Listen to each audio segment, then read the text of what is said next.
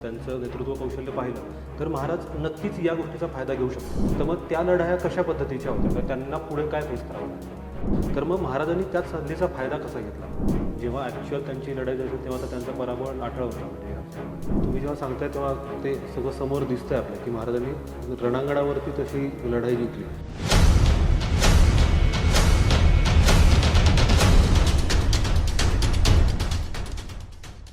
नमस्कार. वी कॅन्डिडच्या शिवरायांचे कैसे वागणे या पॉडकास्ट सिरीजमध्ये आपल्या सगळ्यांचं परत एकदा स्वागत आहे. मागच्या एपिसोडमध्ये आपण शिवरायांनी अफजल खानाच्या केलेल्या वधाची माहिती घेतली होती. शिवरायांचे वेगवेगळे ॲस्पेक्ट्स आपण बघितले होते. आजच्या या एपिसोडमध्ये आपण प्रसाद तारे सरांकडून महाराजांनी आपल्या मराठा सैन्याचा वाढलेला आत्मविश्वास कशा पद्धतीने वापरला त्या बाबतीत सरांशी बोलणार आहोत.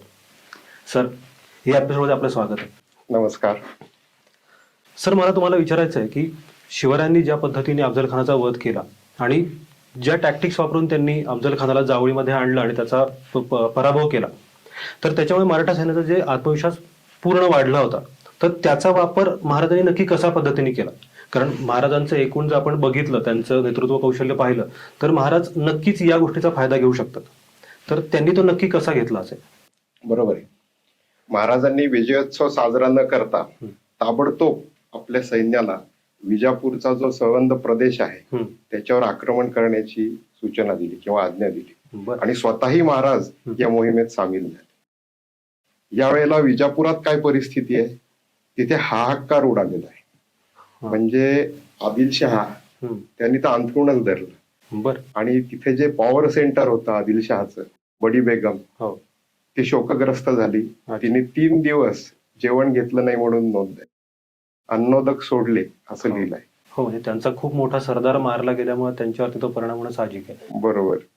त्याच्यामुळं कम्प्लीट शटडाऊन सिच्युएशन ही विजापुरात झालेली. दरबार बंद आहे.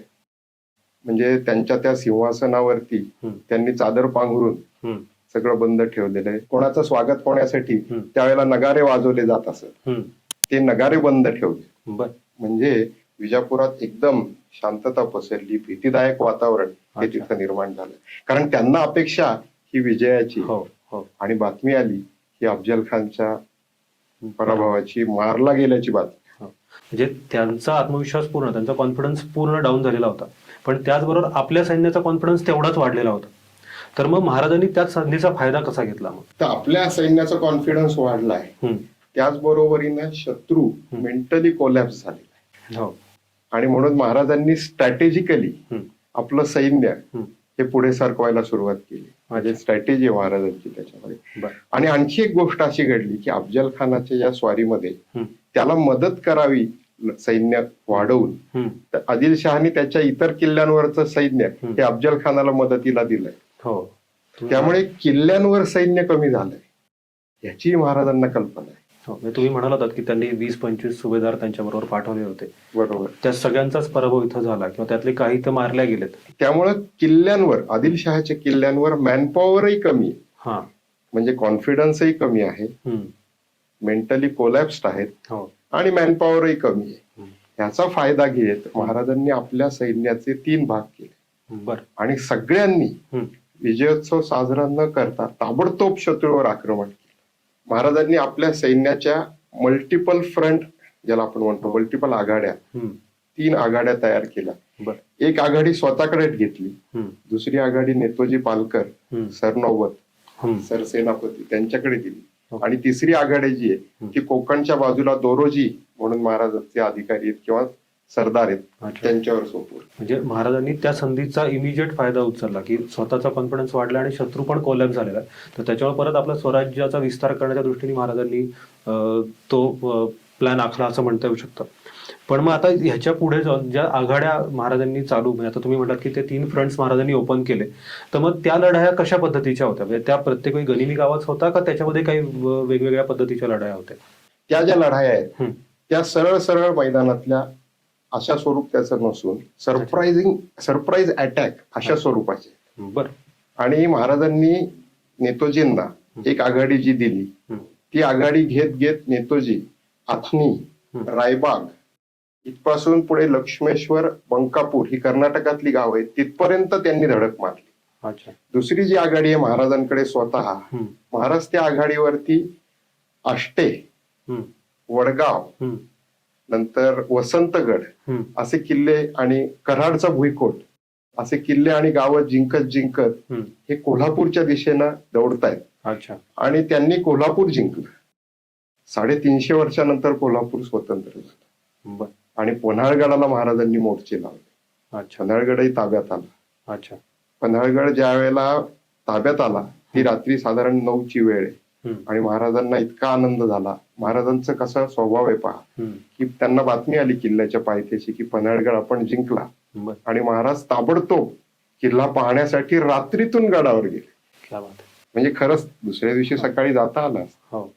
पण ज्यांनी पराक्रम गाजवलाय त्यांचं शाबासकी, त्यांचं कौतुक, हे पण महाराजांचा एक चांगला अभ्यासण्यासारखा गुण आहे. आपण बोललो अप्रिसिएशन महाराज इमिजिएट करतात, लगेच अप्रिशिएट करतात. त्यामुळे त्यांना आपल्या कर्तृत्वाचं किंवा पराक्रमाचं चीज झाल्यासारखं वाटतं मावळ्यांना. म्हणून महाराज रात्रीतून गडावर पाहणे. दुसरी गोष्ट, महाराजांना उत्साह आहे, उत्सुकता आहे की अरे पन्हाळगड दिसतो कसा, पन्हाळगड आहे कसा, हे बघण्यासाठी महाराज रात्रीतून, म्हणजे किती उत्साह असेल.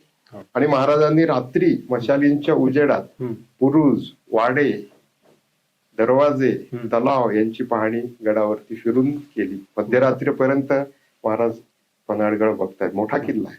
म्हणजे नेताजी पालकर कर्नाटक विजापूरच्या बाजूला गेले, महाराजांनी कोल्हापूरच्या इथं ही लढाई झाली. पण तुम्ही सांगितलं होतं की दोरोजी कोकणात गेले होते, त्यांचं तिकडे त्यांनी काय संघर्ष केला किंवा त्यांना पुढे काय फेस करावं लागलं? दोरोजींनी प्रतापगडाच्या तिथून ते निघाले आणि सगळ्यात आधी दाभोळ काबीज केलं. महाराजांनी दाभोळ बंदर आपल्या ताब्यात घेतलं आणि पुढे तिथून ते राजापूरच्या दिशेला आले. अच्छा. दोरोजींना असं कळालं होतं की अफजल खानाची 3 गलबत ही यावेळेला दाभोळला आली होती. ती परत राजापूरला, अफजल खानचा पराभव झाल्यामुळे ती परत यांच्या भीतीने ती त्यांनी राजापूरला नेऊन ठेवली. म्हणून ती गलबत ताब्यात घेण्यासाठी दोरोजी राजापूरच्या दिशेनं दौडत निघाले. त्यांनी राजापूरही पण जिंकलं आणि राजापूरहून ही गलबत तत्परतेनं आदिलशहाच्या लोकांनी, अफजल खानच्या लोकांनी ही जैतापूरला हलवली पुढे. आणि हे करताना त्यांना इंग्रजांनी मदत केली राजापूरच्या. राजापूरला त्यावेळेला ईस्ट इंडिया कंपनीची एक वखार आहे आणि तिथे हेनरी रेव्हिंग्टन, गिफर्ड, वेल्जी या नावाचे इंग्रज अधिकारी आहेत आणि काही दलाल आहेत, त्यांचे काही मदतनीस आहेत. असं इंग्रजांचं वास्तव्य त्या राजापूरमध्ये असल्यामुळं त्यांच्या मार्गदर्शनाखाली त्यांनी हे सगळं तिकडे हलवलं. कुठे? जैतापूरला. आणि जैतापूरच्या खाडीमध्ये किंवा तिथे त्यांनी ती आपली गलबत नेऊन ठेवली. पुढे तर ते इंग्रजांना असंही म्हणायला लागले किंवा इंग्रजच त्यांना म्हणले की ही गलबत तुम्ही आमच्या ताब्यात द्या, ही आमची आहेत म्हणून सांगू. मग त्यातलं एक गलबत त्यातल्या त्यात त्यांनी ते इंग्रजांचे ओढून दाखवलं कागदोपत्री. त्याला त्यांनी नावही छान दिलं, राजापूर मर्चंट असं नाव त्या इंग्रजांनी त्या गलबताला देऊनही टाकलं. आणि ही गलबत, ही 3 गलबत आपल्या ताब्यात मिळावी म्हणून दोरोजी त्यांच्या मागे लागले. अर्थात त्यांना ती लगेच काही त्यांनी दाद दिली नाही. मग याच्यावर दोरोजींनी काय केलं, या सगळ्या इंग्रजांना कैद केलं आणि खारेपाटणच्या किल्ल्यात पाठवून दिलं. हेनरी रेव्हिंग्टन नाही, पण बाकीचे जे इंग्रज आहेत, गिफर्ड, ही बोलणी करण्याकरता दोरोजींकडे आले. दोरोजींनी त्यांचं काही ऐकलं नाही आणि त्यांना थेट कैदेत टाकलं. पुढे अर्थात महाराजांना आम्ही मदत करू असे लेखी उत्तर त्यांनी दिलं.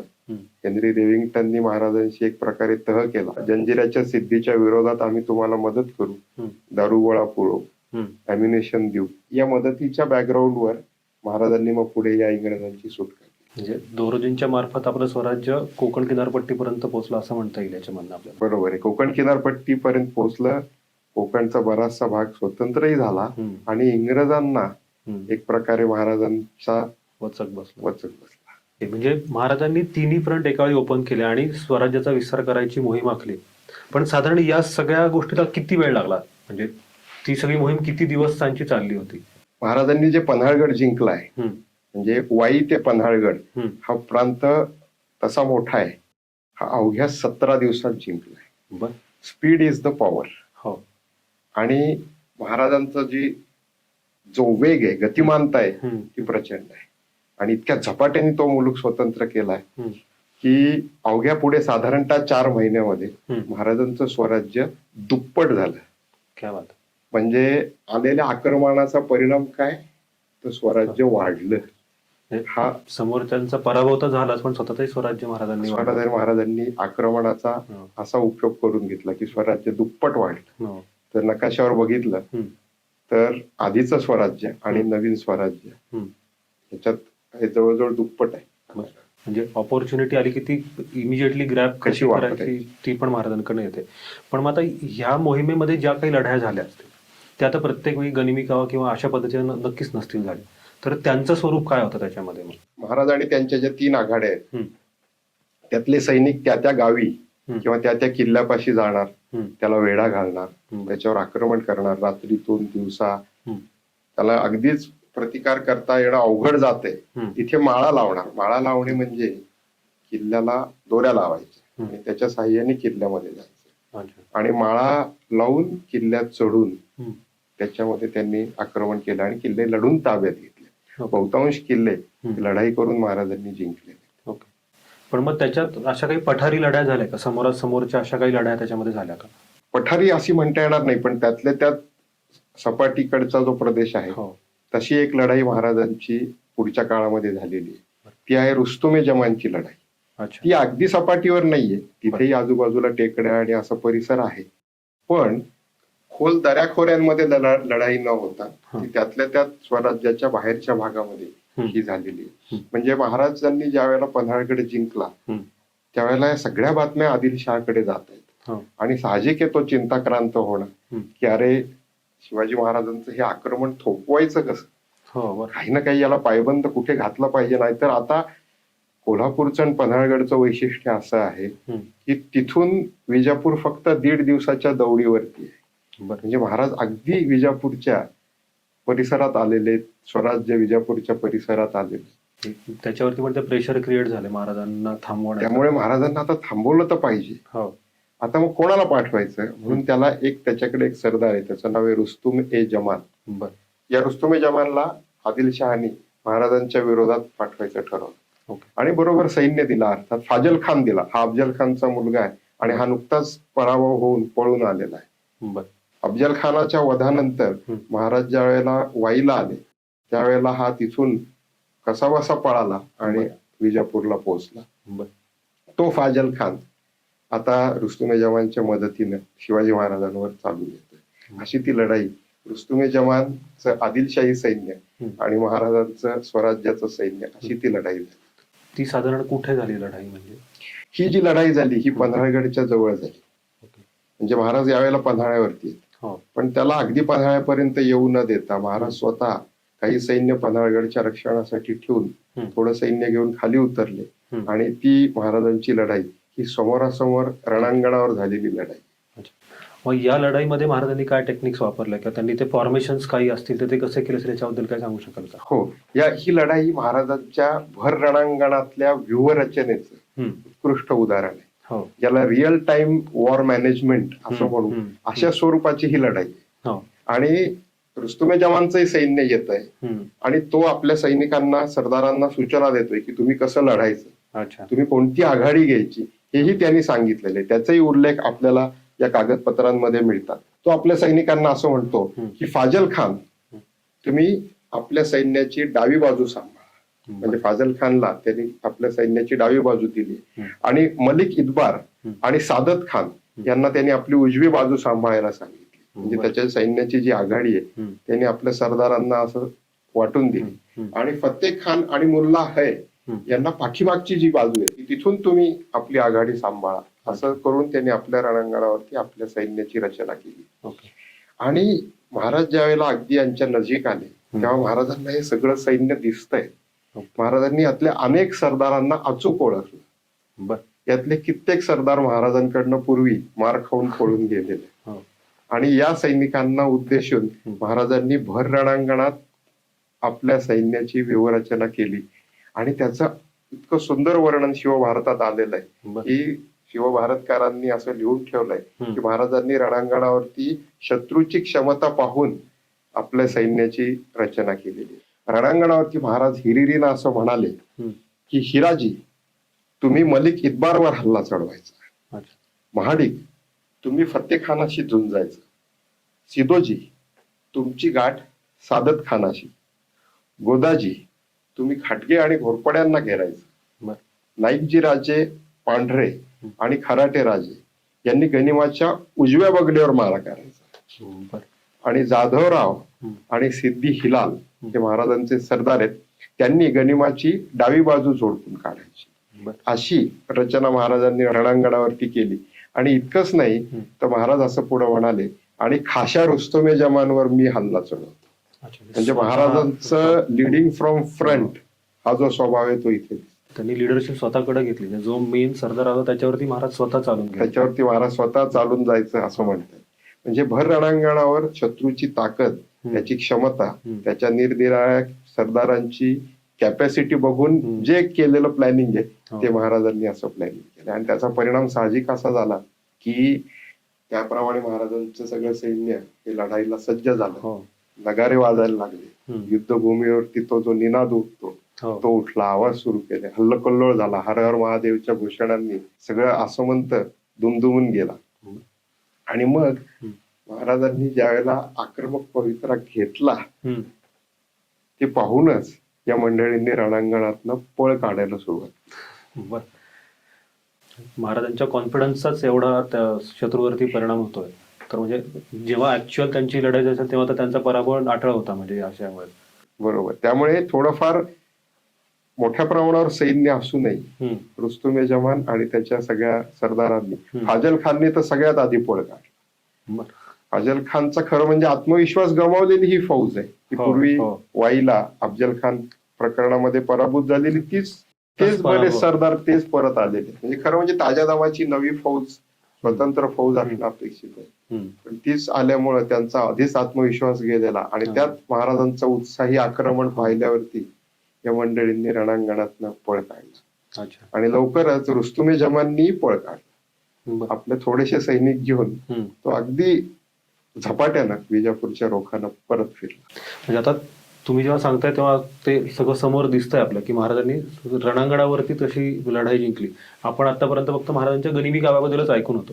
तर अशा पद्धतीची अजून एखादी कुठली पूर्ण महाराजांच्या ह्याच्यामध्ये लढाई आहे का की जी महाराजांनी या पद्धतीने लढली आहे? सुरतेहून परत येताना महाराजांची एक लढाई आहे. पण महाराजांच्या या सगळ्या लढायांचं जर आपण वैशिष्ट्य पाहिलं किंवा या सगळ्या लढायांकडे आपण जर नीट अभ्यासाने पाहिलं तर महाराजांनी हर प्रकारच्या लढाया लढल्या. म्हणजे महाराजांनी द्वंद्व युद्ध केलंय. अफजल खान बरोबर समोरासमोर ते द्वंद्व युद्धच एक प्रकारचं. महाराजांवर मग आत्की हल्ला झाला सुरतेमध्ये. महाराजांवरती त्या म्हणजे ज्याला आत्मघातकी अतिरेकी जसे आजकाल हल्ले करतात तशा स्वरूपाचा हल्ला हा सुरतेमध्ये महाराजांवरती झाला. महाराज जमिनीवर लढले तसं महाराजांनी आरमारी लढाया सुद्धा केल्या. आणि महाराजांनी बसनूर हे कर्नाटकातलं गाव आहे त्याच्यावरती आपल्या आरमारासह जाऊन तिथेही पण महाराजांनी लढाई केली. वेढ्यातनं निष्ठून जाण्याचाही प्रकार महाराजांनी. म्हणजे पन्हाळगडावरनं महाराज पुढे जसे निसटले तसे आग्र्याहूनही ते वेढ्यातनं बंदिवासातनं ते बाहेर पडलेले. म्हणजे महाराज प्रदीर्घ अशा वेढ्यामधनही बाहेर पडण्यात निष्णात आहे. दीर्घकाळ चढणाऱ्या लढाया त्याही महाराजांनी केलेल्या. म्हणजे आपण ज्याला दक्षिण दिग्विजय मोहीम म्हणतो, काही महिने ही मोहीम चाललेली, अशी प्रदीर्घ मोहीम तीही महाराजांनी त्या काळामध्ये लढलेली. म्हणजे लढाईचे वेगवेगळे जे प्रकार आहेत त्या सगळ्या प्रकारे एक तर लढाई अशी आहे की मोहीम संपतीये, आपलं थकलेलं सैन्य आता नुकतंच किल्ल्यात प्रवेशणार आणि सरप्राइझिंगली लढाई सुरू झाली. म्हणजे विशाळगडच्या पायथ्याशी ही लढाई झालेली. महाराज पावनखिंडीतली त्या पावनखिंड प्रकरणानंतर ही लढाई झाली की महाराज पन्हाळ्याहून निघाले, पावनखिंडीतनं कसं बसं आता विशाळगडवर पोहोचतायत तोच तिथे पोहोचायच्या आधीच लढाई सुरू झाली. म्हणजे तो एलिमेंट ऑफ सरप्राईज अशा स्वरूपाची ती लढाई. म्हणजे अशा लढायांचे महाराजांचे अनेक वेगवेगळे अनुभव हे आपल्याला बघायला मिळतात. आणि म्हणजे महाराज त्या सगळ्या प्रकारामध्ये तेवढे निपुण येतात किंवा त्यांनी त्या प्रत्येक वेळेचं गणित मांडून ती लढाई जिंकली आहे. म्हणजे आलेली परिस्थिती योग्य पद्धतीने हाताळणं हा महाराजांचा सगळ्यात मोठा गुण ह्याच्यामधून आपल्याला दिसतो. पण तुम्ही मग हे सुरतेच्या लढाईबद्दल बोलत होतात की तशी ती लढाई झाली. इमर्जन्सी वॉर सिच्युएशन मध्ये केलेली अशी लढाई म्हणजे सुरतेची लढाई. बर. सुरतेवर महाराजांनी ज्या वेळेला छापा टाकला, हम्म. तो छापा टाकल्यानंतर त्यांनी जी संपत्ती तिथून गोळा केली ती घोड्यांवर लादून ते परत आणतायत. आणि परत आणत असताना महाराजांना गुप्तहेरांकडनं खबर आली की दाऊद खान पाठलागावर येतोय. हे कळाल्याबरोबर महाराजांनी त्यांच्या परतीच्या त्या प्रवासामध्ये अचानक नाशिक जवळील बागलांची वाट पकडली. आणि एक सोप्या इशारेतीवरती महाराजांनी आपल्या सैन्याचे 2 भाग केले. 10,000 सैन्य त्यांनी आपल्या बरोबर ठेवून घेतलं मागे लढण्यासाठी, आणि 5,000 सैन्य आणि सुरतेची संपत्ती ही त्यांनी पुढे पाठवली. असं महाराजांनी का केलं? कारण ती जर संपत्ती जवळ ठेवली असती सुरतेला, म्हणजे 2 भाग न करता ती संपत्ती आणि ते घोडे आणि 5,000 सैन्य पण लढताना जवळ असलं असतं तर खरं महाराजांची ताकद 5,000 वाढतीये, पण 5,000 सैन्यांनी वाढतीये, पण सुरतेची जी ती संपत्ती आहे ती हाती लागण्याची शक्यताही पण आहे, रिस्क आहे. शत्रूच्या हाती जाण्याची, शत्रूच्या हाती लागण्याची पण ती शक्यता आहे, रिस्क आहे. आणि मग शत्रूही पण संपत्ती दिसतीये म्हणल्यावर लढण्याची त्यांचं एक अजून जोरात लढेल, अजून द्वेषाने लढेल. तसं होऊ नये, ती रिस्क मिटिगेट करण्यासाठी महाराजांनी ती संपत्ती आणि 5,000 सैन्य पुढे पाठवलं. आणि रक्षणासाठी आणि लढण्यासाठी Maharaj leading from front, leadership skill असे आहेत की महाराज स्वतः लढाईला ते सज्ज झाले. ती रिस्पॉन्सिबिलिटी त्यांनी परत स्वतःच्याच खांद्यावर घेतली आपल्या या सगळ्या गोष्टीची. बरोबर आहे. सभासद भक्तीत फार सुंदर वर्णन महाराजांच्या या युद्धावेशाचं आलेलं की महाराजांनी कशी ही लढाई केली. महाराज स्वतः लढल्याची नोंद आहे. गनिम आला आयशी खबर कळली, म्हणजे शत्रू आला हे महाराजांना कळालं, जवळ आला दाऊद खान. खासा राजा घोड्यावर बसून बख्तर घोगी घालून, हाती पट्टे चढवून, मालमत्ता घोडी पायीचे लोक पुढे रवाना करून, जवळचे लोक पुढे पाठवले. पण महाराजांनी काय केलं? खासा राजा घोड्यावर बसून बख्तर घोगी घालून, बख्तर म्हणजे चिलखत, आणि घोगी म्हणजे कॉम्बॅट हेल्मेट, शिरस्त्राण असतं ते लढाईचं लष्करी, ते घालून, दोन्ही हातात पट्टे घेऊन. पट्टे म्हणजे इंडियन गॉन्टलेट स्वोर्ड, लांब पात असतं पण फ्लेक्झिबल असतं, दांडपट्टा पण म्हणतात. बरोबर, पात लांब असतं पण फ्लेक्झिबल. आणि ते हातात घेऊन दोन्ही हातात चढवलं महाराजांनी आणि महाराज लढाईला सज्ज झाले, अशी ही नोंद झाली. आणखी पुढे छान त्याच्यात वर्णन त्यांनी केलंय. पायीचे लोक पुढे रवाना करून, म्हणजे आमचे लोक पुढे पाठवून, आपण 10,000 स्वारांनिशी सडे सडे राऊत उभे राहिले. वणी दिंडोरी म्हणून शहर आहे, ते जागा उभे राहून सुभ्याचे लोक त्यांची घोरंदार युद्ध केले. राजियांनी आपली फौज पुढे करून पाठीवर आपण खासा राहून झगडा दिला, म्हणजे आपण स्वतः मागे राहिले आणि लढाई. पण हा जो प्लॅन आहे हा असा इमिजिएट तर एक्झिक्यूट केला गेला नसेल, त्याच्या मागे पण म्हणजे जसं आपण मागच्या एपिसोडमध्ये पाहिलं की अफजल खानसाठी महाराजांनी प्लॅन बी रेडी ठेवला होता, तसेच स्ट्रॅटेजी इथे पण आपल्याला दिसते की महाराजांनी त्या गोष्टी पण तशा विचार करून ठेवल्याच आहेत की काय झालं तर काय करायचं, हाही त्याच्यामध्ये दिसून येतो आपल्याला. हो, म्हणजे सुरतेवर निघतानाच महाराजांनी याचं प्लॅनिंग केलंय की कोणी जर शत्रू आपल्या पाठीवरती आला तर नेमकं कोणी कोणत्या टीम मध्ये जाऊन मागे राहायचं आणि कोणी पुढे सुरतेची संपत्ती घेऊन पुढे जायचं, याचं प्लॅनिंग महाराजांनी आधी केलं. त्यामुळे दऱ्याखोऱ्यांमध्ये रात्रीच्या वेळी ज्या वेळेला हे सैन्य एका सोप्या इशारेतीवरती डिवाइड झालं, त्याच्यावरनं काय करायचं, आपण नेमकं कोणत्या टीम मध्ये आहोत, आपण मागे राहून लढणार आहोत का त्या पुढे जाणाऱ्या सैन्याबरोबर जाणार आहोत, हे प्रत्येकाला माहिती आहे.